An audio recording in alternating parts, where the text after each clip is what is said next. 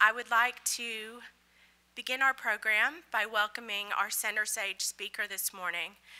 David Levin is the President and CEO of McGraw-Hill Education, and we are very happy to have him here today. I know many of you have expressed your excitement around David being here today.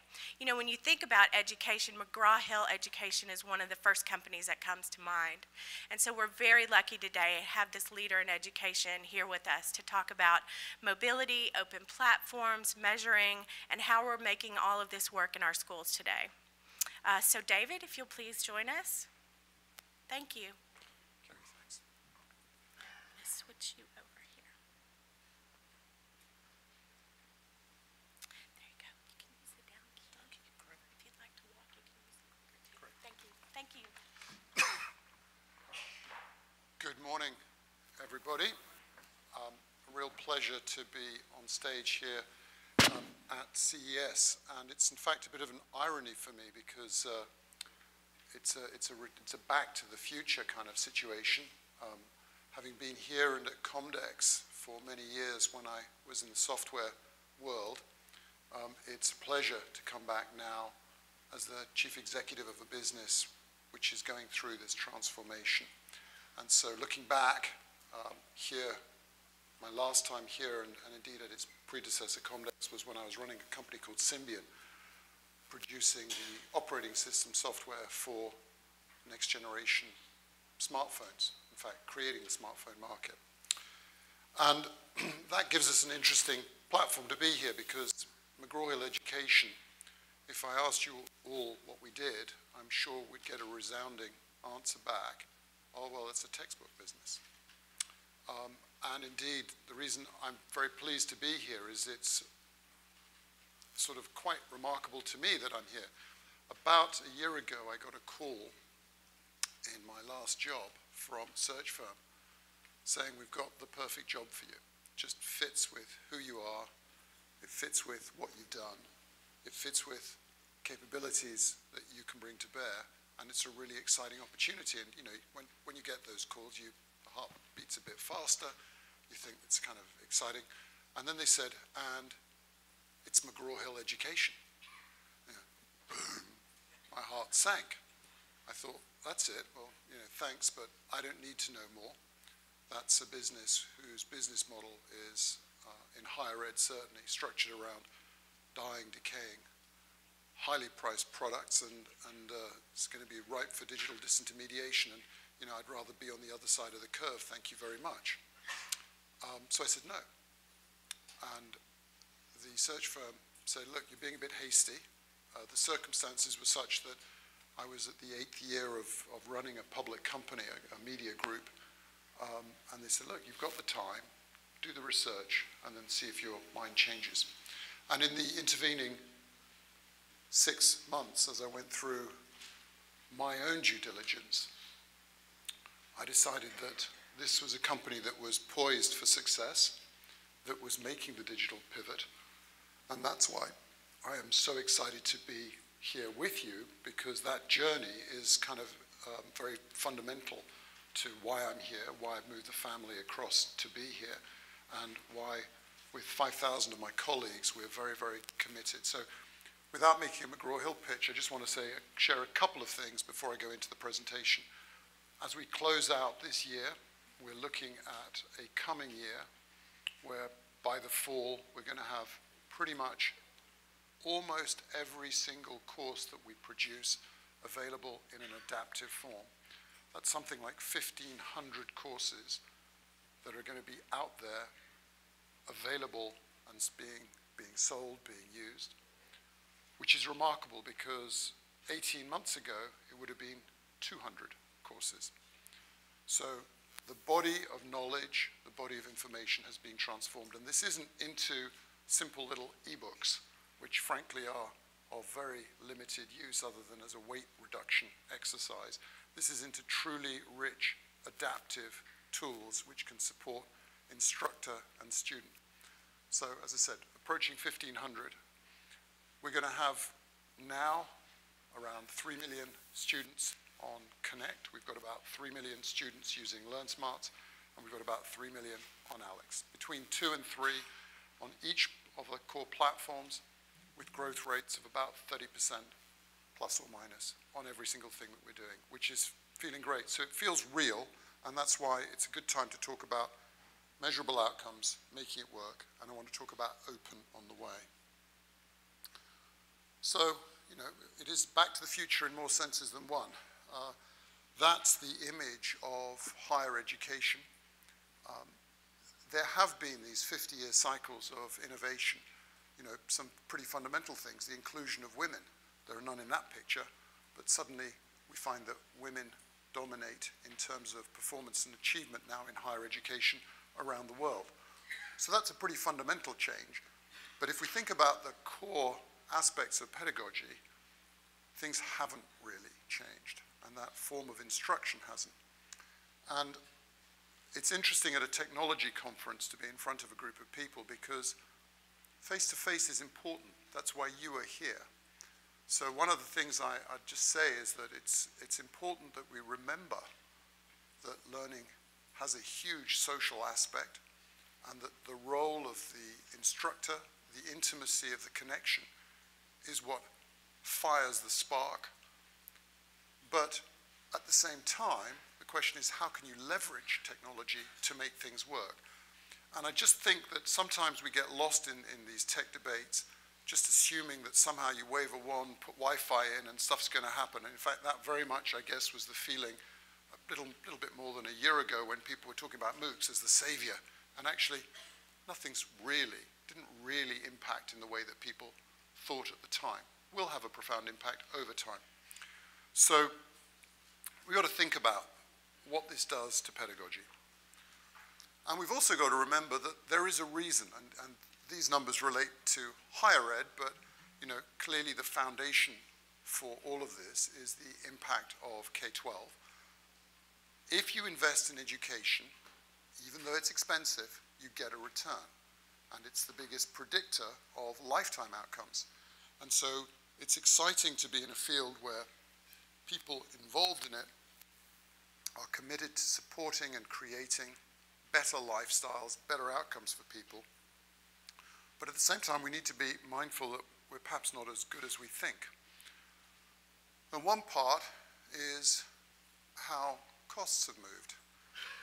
So here's 3 useful indices for the cost of comparative items, you know, over the last decade or so. College education has just soared consistently out of all proportion with any rational, real element of value. Something which has got real value to students, beer. It's, you know, obviously in the formatting here, somebody had a few. But the price of beer has roughly remained flat over that period, despite, you might say, some nice innovations with microbreweries and, you know, actual taste in the product, which perhaps there wasn't 15 years ago. And all of that pales into insignificance when you reflect on what Moore's law has driven in the world of computing, which is a radical transformation in cost. And so the question is, how do you and how do we embrace these different trajectories, these different trends, and what can be leveraged across these 2 different aspects? And how do we do it better? If I took this room here now, I'm going to just play a little game with you all. And I'd like everybody from row 3 backwards to stand up just for a second.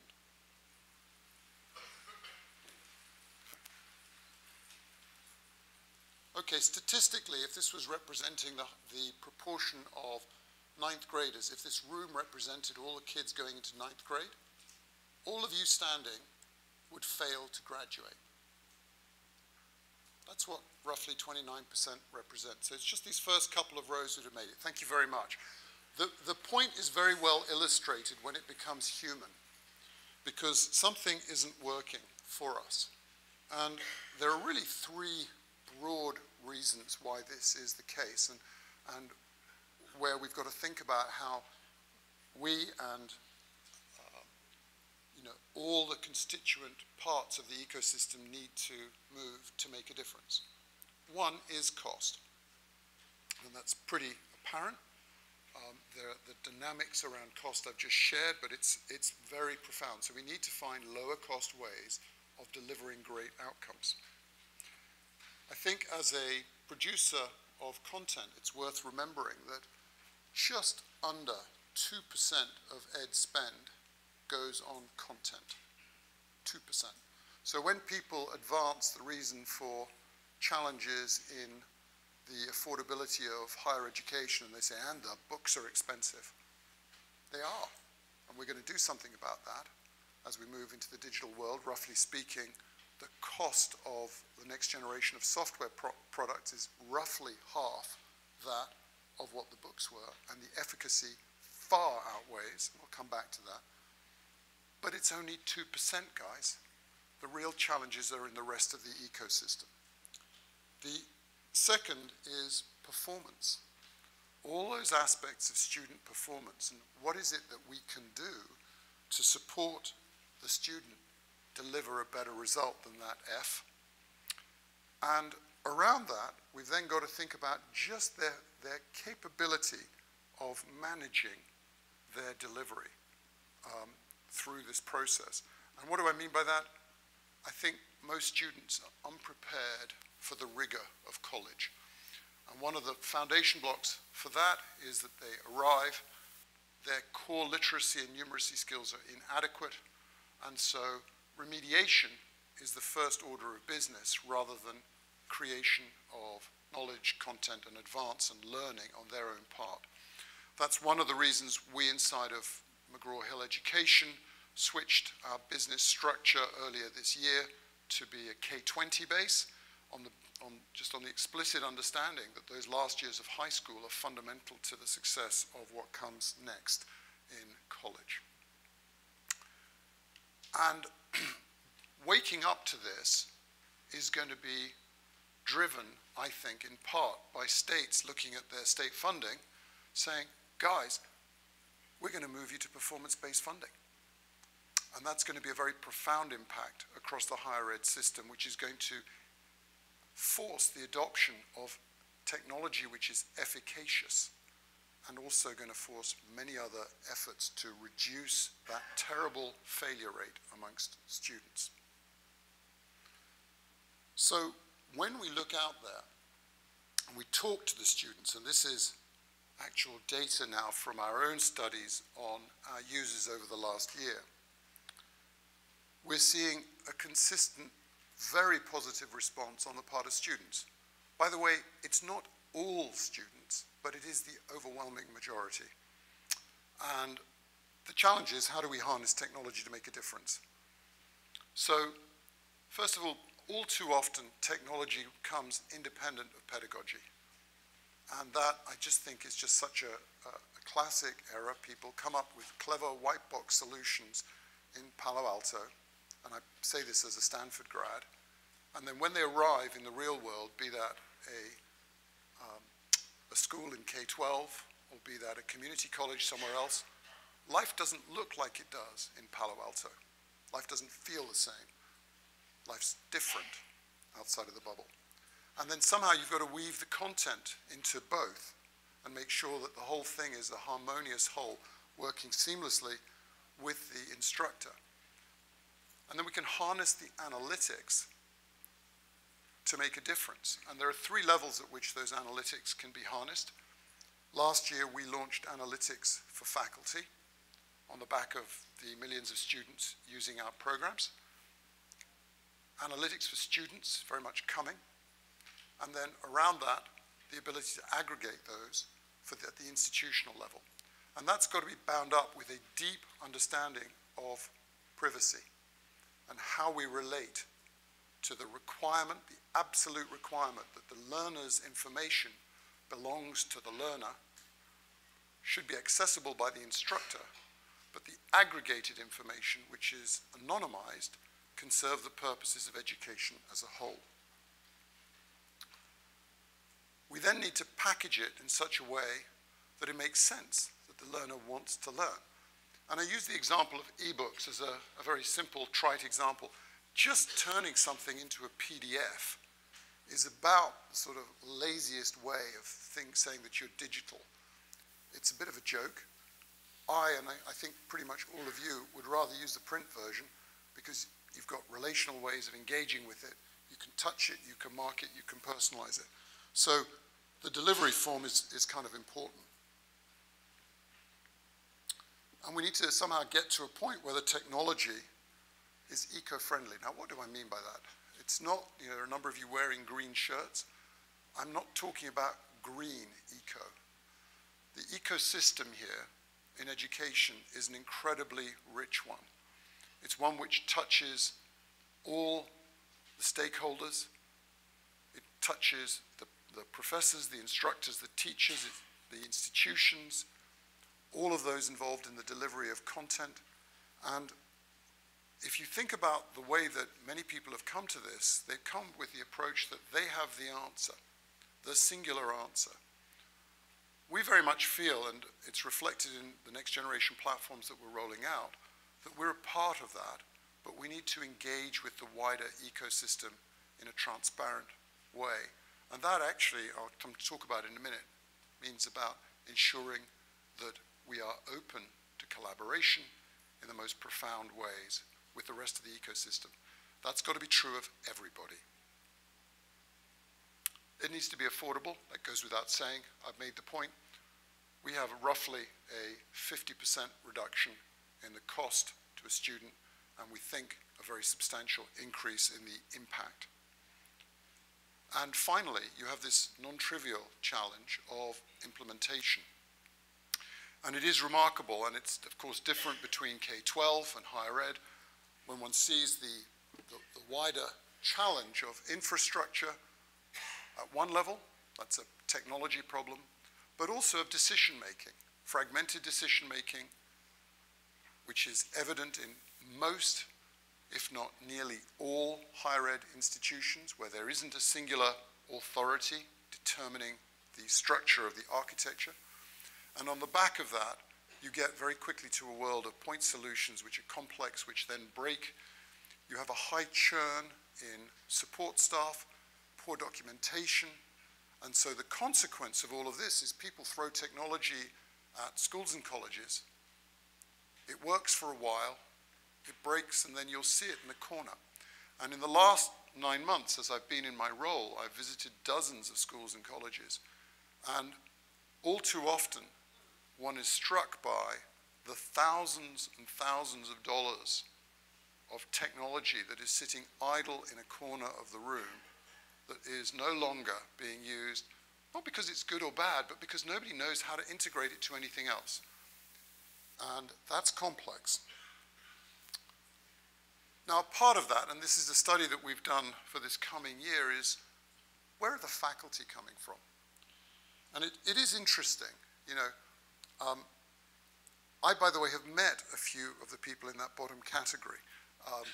There are a few, but the more interesting one is the middle, is that I would love, given that our inventory of content and courseware is nearly complete now across the whole spectrum of everything that we do, and certainly it's more than 95% of students we could cater for, even if not 95% of courses, we still find that there are bodies inside the faculty who will say, no, I want to rely on the book. And so things perhaps out there are moving more slowly than we would like. I don't know about you, but than we would like. However, of course, faculty is an empowering force. They are overwhelmingly wanting to support the introduction of technology that will help their students. They are, however, very mindful of the pitfalls, the false dawns they've been offered on the way, and they are reluctant to just embrace things because it's a brand new shiny object which a clever salesperson puts in front of them, and that's a good decision on their part. But we need to find a way of harnessing that and thinking about it. And when we separate that first block of faculty into the sort of two broader constituencies, we'll see about half cautiously support. They've been burned, something could have happened. Over a third actively engage with us saying, please bring it on faster. We need to improve retention. We need to improve success rates. You can see that.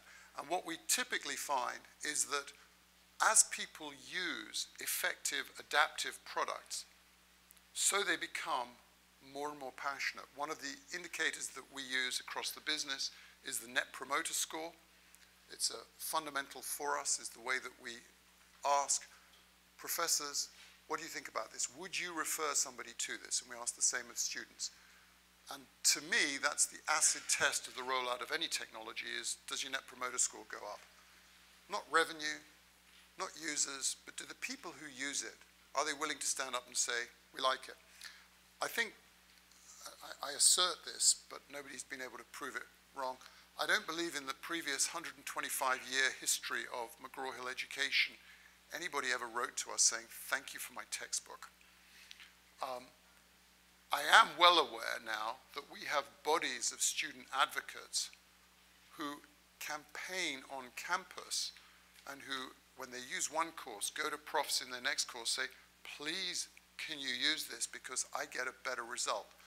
So as we transition and as we find ourselves in a position to contribute more actively to learning and support the educational process, we are certainly seeing this change.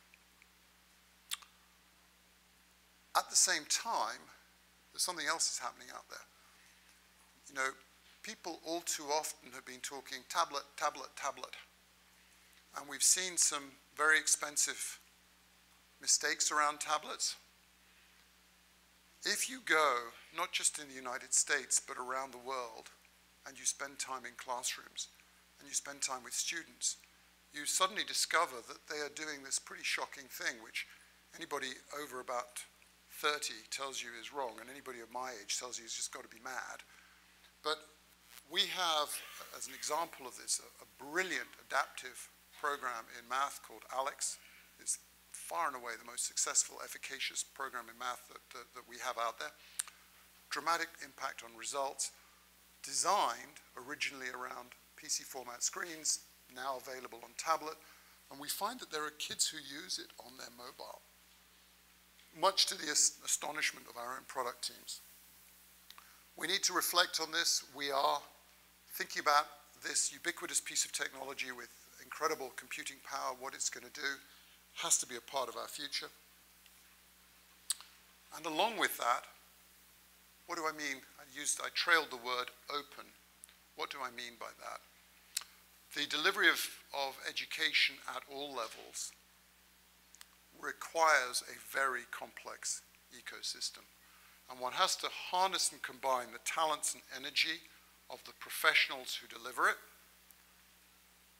together with structure the content that they use in an intelligent way, and make sure that you curate it and develop that appropriately. So we believe very firmly that we want to empower the educator to pick up those bits of content that they wish to incorporate alongside our materials. That is coming. When we look at the platform we've got in K-12 called Ngrade, it has a suite of open APIs. It is non-discriminatory between the origins of content. Anybody's content runs across it, we like that. But it is significant, supportive of the educational process as a whole, and best in class.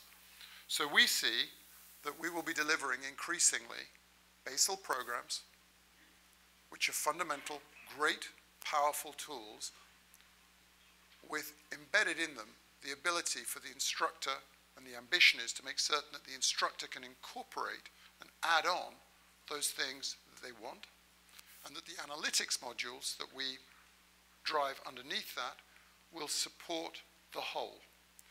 Now that's a work in process, that's an ambition, but it's a very clear one, and I think to the success of the implementation of technology in enterprise, moving in this direction is going to be fundamental. And I've touched on analytics. Where are we now? You know, that's where we're coming from, a place where there's a little bit of data being used, a bit of reporting. We were delighted last year when we rolled out a product called Connect Insight, which was the first time that we'd been able to go to instructors in higher ed, first time anybody's been able to go to the instructors in higher ed and say, look, why wait to the midterm to tell your students that they're doing badly in one particular area and to help them, coach them and to help them remediate quickly? Why not do it at the end of each assigned piece of work? Why not do it on a continuous basis? And what Connect Insight does is it picks up all of this steady drumbeat of data and allows the instructor in a really simple, intuitive way to start to act on the information. So we think that this use of data empowers the instructor, supports the student, and it is something that we will be extending. And it can also extend not only at the personal level, but to risk forecasting, which is really allowing institutions and individuals to get themselves into the place where they can move early. Predictive modeling, if you are able to take a student whose math is poor and say, hey, why are you spending the money on this area now? Get your math to this level, and we know that your chance of success is going to improve. Surely that is a better way of them investing their time, money, and energy. And then who knows, if we go out a little bit further into the future, one sees all sorts of organizational and strategic impacts of this data. We have on our staff a chief privacy officer. We think that the role of privacy is fundamental. I can't get away from that. We can't hide from it. We need to be upfront about it. We're keen to be a leader in helping define what the standards are, but we're absolutely committed to the fact that that student's data belongs to the student, should be accessible to the instructor, because it always has been, and then in an anonymized form should serve the purpose of education as a whole. So where do we get to on this? Technology is going to help. There's no question about that. The cost curve tells us that it can. It needs to be implemented in a joined up, open way. Everybody here can think of those classrooms where there is those idle bits of kit sitting lost and lonely, thousands of dollars wasted and lost in the corner. It needs to be implemented in a supportive way with faculty and students, because you need both sides of that equation to work.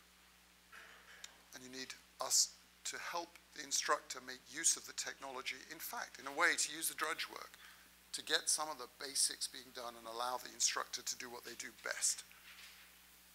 To join it to pedagogy, connect content, respect privacy, and be aware that underneath it all, there is a very complex infrastructure which drives this all, and that there isn't a quick silver bullet. And on that, I think we're just at the beginning. So when we look at what the opportunities are, what the potential is, it says this thing is screaming for improvement. The core business models that underpin much of higher ed are, frankly, we all know, untenable.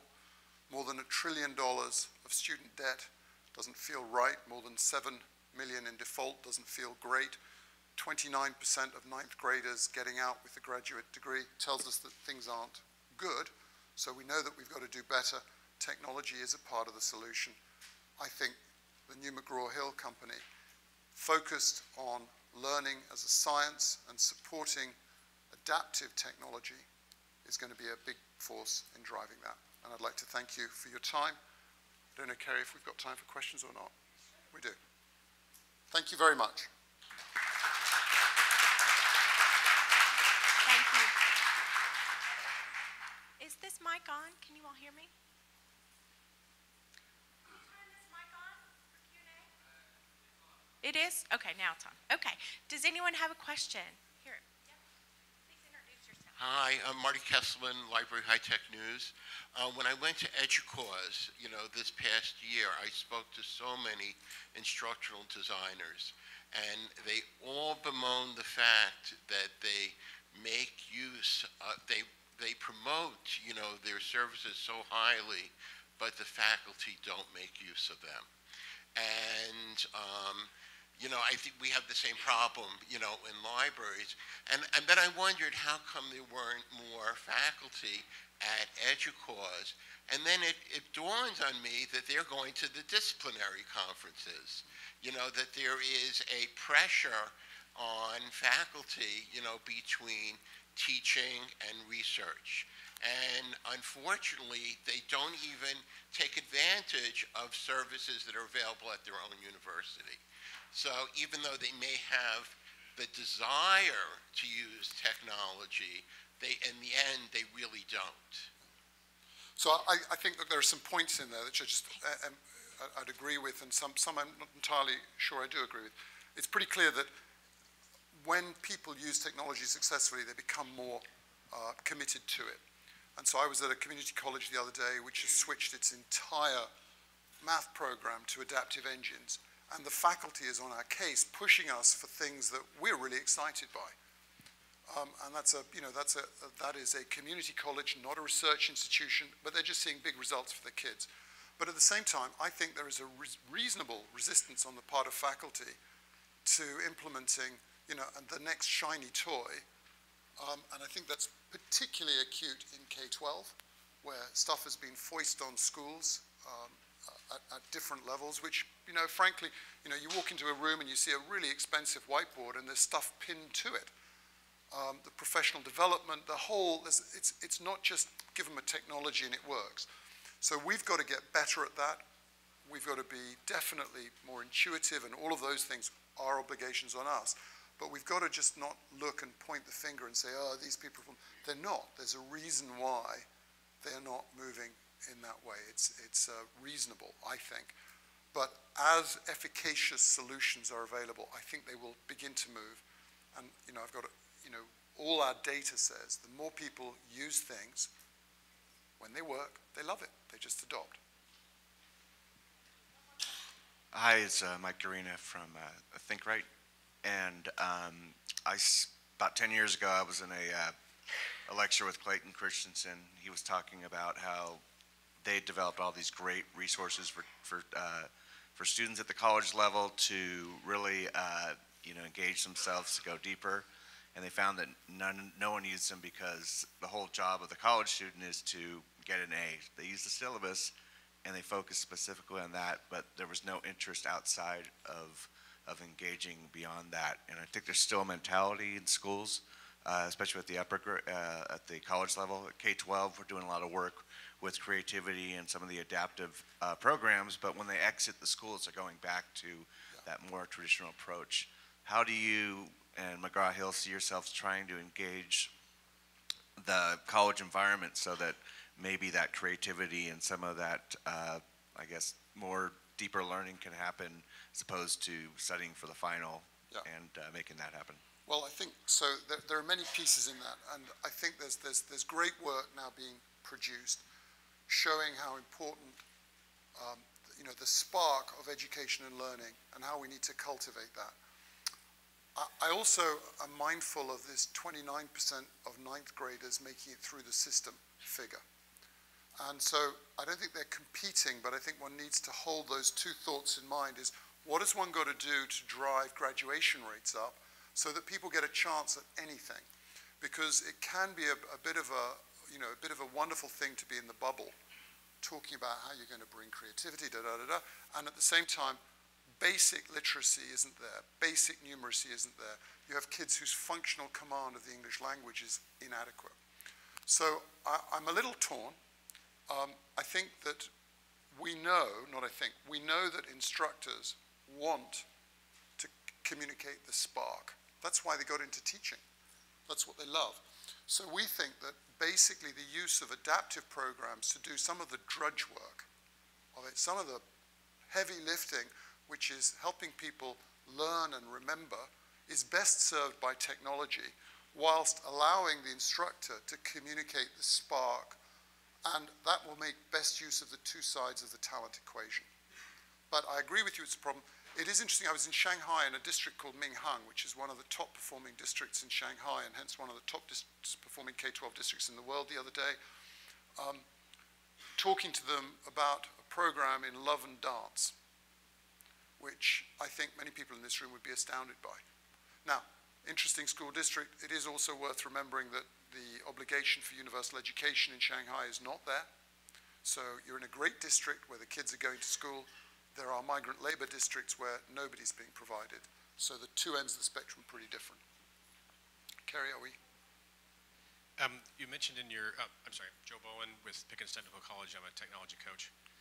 You used the word open a couple of times in your presentation, and I'm curious to understand how McGraw-Hill sees the future in terms of integrating with student information systems, learning management systems, et cetera. Are you going to create it all, or are you going to open up to those other systems? So we already are, but I think it's fair to say that generations of software, you know, one takes architecture and you have to think about whence it cometh and whence it goeth. We came from a world of bespoke point solution software. Build a system to do X, which is the way that, frankly, people used to build a book, right? Build this book, build that book. You didn't need to connect them because they were different. Why do you need to connect a history book and a math book? They're just different.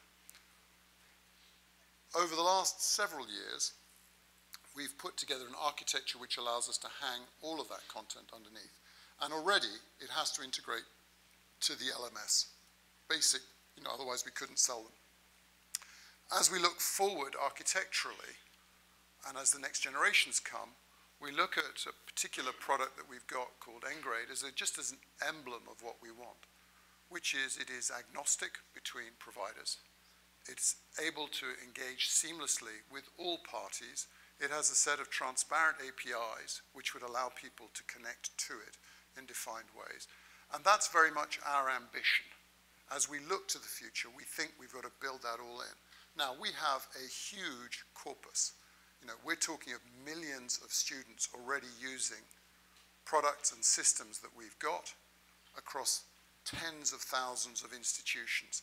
So it's not, you don't just wave a wand and say old one out, new one in. But progressively, as we work forward, we will be moving towards this more open approach, which is active, and I think it's going to be great.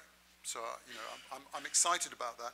I know my colleagues are. We've now got 500 engineers in the business running a singular roadmap, which, if you think about it, this is a company which actually has a roadmap now. Publishers don't have roadmaps. We've got a roadmap. We see open in our future. We have time for one more quick question, so here we go. Chris Cummins, Southeast Community College. I was curious if you could speak upon gamification and infotainment, if you see that as the future of online learning. Yeah. So, you know, it's quite amusing. I used to be, I went to an event called GDC, Game Developer Conference, which takes place in San Francisco every year, sort of end of January, early February. And I went every year for 8 years to GDC.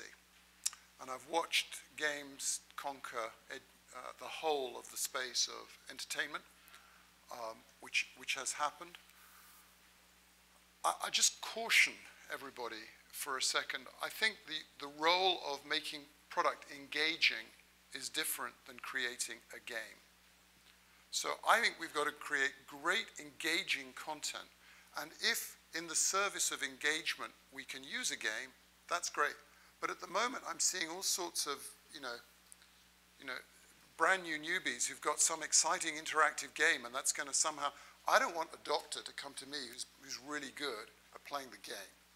I want a doctor who really knows the chemistry, the anatomy, all of that. So gamification has a part. It has an important part of supporting engagement. And if we can make life engaging, people will learn better. That's where I'm coming from. I know there are going to be people in the audience who think it's gamification, but good luck. Great. It's wonderful. Let's thank Mr. Levin for being here today. It was very exciting. Thank you.